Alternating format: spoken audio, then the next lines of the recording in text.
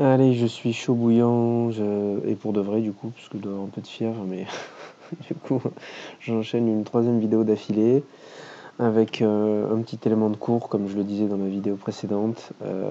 Donc il s'agit d'un théorème, en fait, que j'ai pas mis dans le cours originel, mais que je vous avais promis, parce que de toute façon, ça nous aurait forcément manqué. À l'heure actuelle, vous ne savez dériver que des fonctions contenant du ln, mais pas n'importe quel ln, c'est-à-dire seulement ln de x. On l'a vu dans tous les exos qu'on a traités ensemble. Mais si jamais il devait y avoir autre chose dans le ln que x, un peu comme on a pu le voir avec exponentielle par exemple, eh bien on sera embêté pour la dérivation. Donc le théorème est là pour fixer ça, nous donner une nouvelle et la dernière formule de dérivée qu'il y a à prendre.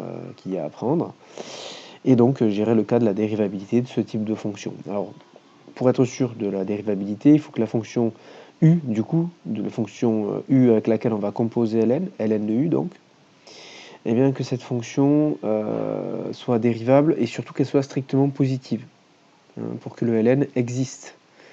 ln de u, pour qu'il existe, il faut que le u soit strictement positif, puisque vous le savez que ln n'est défini que sur 0 ouvert plus l'infini. Donc si u n'est pas positif, la fonction ln de u n'existerait même pas. Et à partant de là, donc la fonction ln de u est forcément dérivable sur i, sur l'intervalle sur lequel u était à la fois dérivable et positive, strictement. Et donc on a cette formule qui arrive, donc ln de u', que j'ai résumé plus simplement dans la remarque juste après, c'est plus simple. Ln de u', c'est u' sur u. Donc nouvelle formule à retenir, mais c'est aussi la dernière, comme je le dis dans la remarque.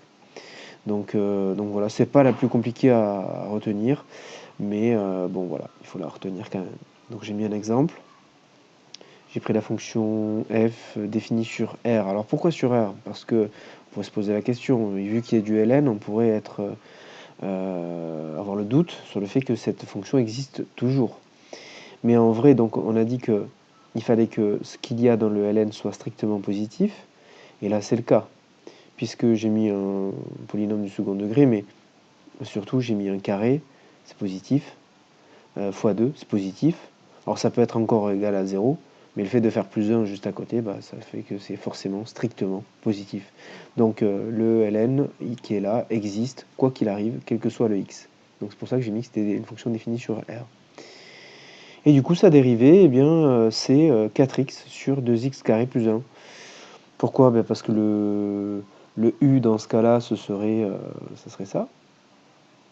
D'accord? Ça serait lui le u. Et du coup, le u', donc c'est u de x plutôt. Et u', ce serait la dérivée de 2x carré plus 1, c'est-à-dire 4x, tout court. Et du coup, c'est bien u' sur u. D'accord? On retrouve la formule qui a été appliquée. Donc voilà, si vous voulez, je peux vous montrer un autre exemple pour enfoncer le clou, mais c'est pas très compliqué, je pense, à comprendre. Je sais pas, moi je vais prendre la fonction f définie par donc f de x égale ln de, j'en sais rien moi. On pourrait mettre de l'exponentielle d'ailleurs. Exponentielle. Voilà, on va pas mettre un truc trop compliqué pour l'instant. On va mettre ça. Je vais mettre ça pour que ça soit défini sur R. D'accord? F défini sur R.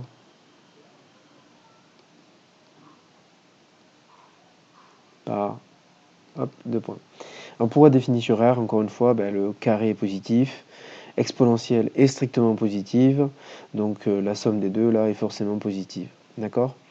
Alors attention de ne pas tomber dans le piège de dire ah oui, ln et exp ça s'annule, donc voilà. Non, ça ne marche pas comme ça. Le fait qu'il y ait le 2x carré à côté, là, ça exclut le fait d'annuler le ln et l'exponentielle. D'accord? Donc voilà, donc on est sur du u sur v, du ln de u, avec en posant u de x égale exponentielle x plus 2x carré. On a le u' qui est égal à exponentielle reste exponentielle, et 2x devient 4x. J'ai pas été très original du coup, parce que je retrouve le même truc que tout à l'heure. Et finalement, f' de x est égal à, alors le u' sur u, sur ça. Voilà.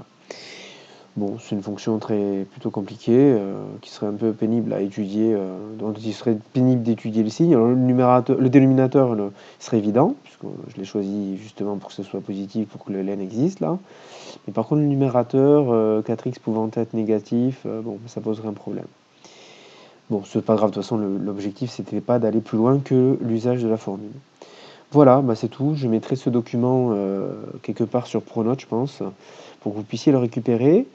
Et puis bah, je vais aussi compléter avec des exercices et lancer des vidéos aussi avec la correction des 10 exercices. D'accord? Des exercices qui vont venir porter sur cette partie-là. Je ne sais pas combien j'en mettrai encore, mais voilà. Voilà, c'est la dernière vidéo pour aujourd'hui et je vous dis à bientôt.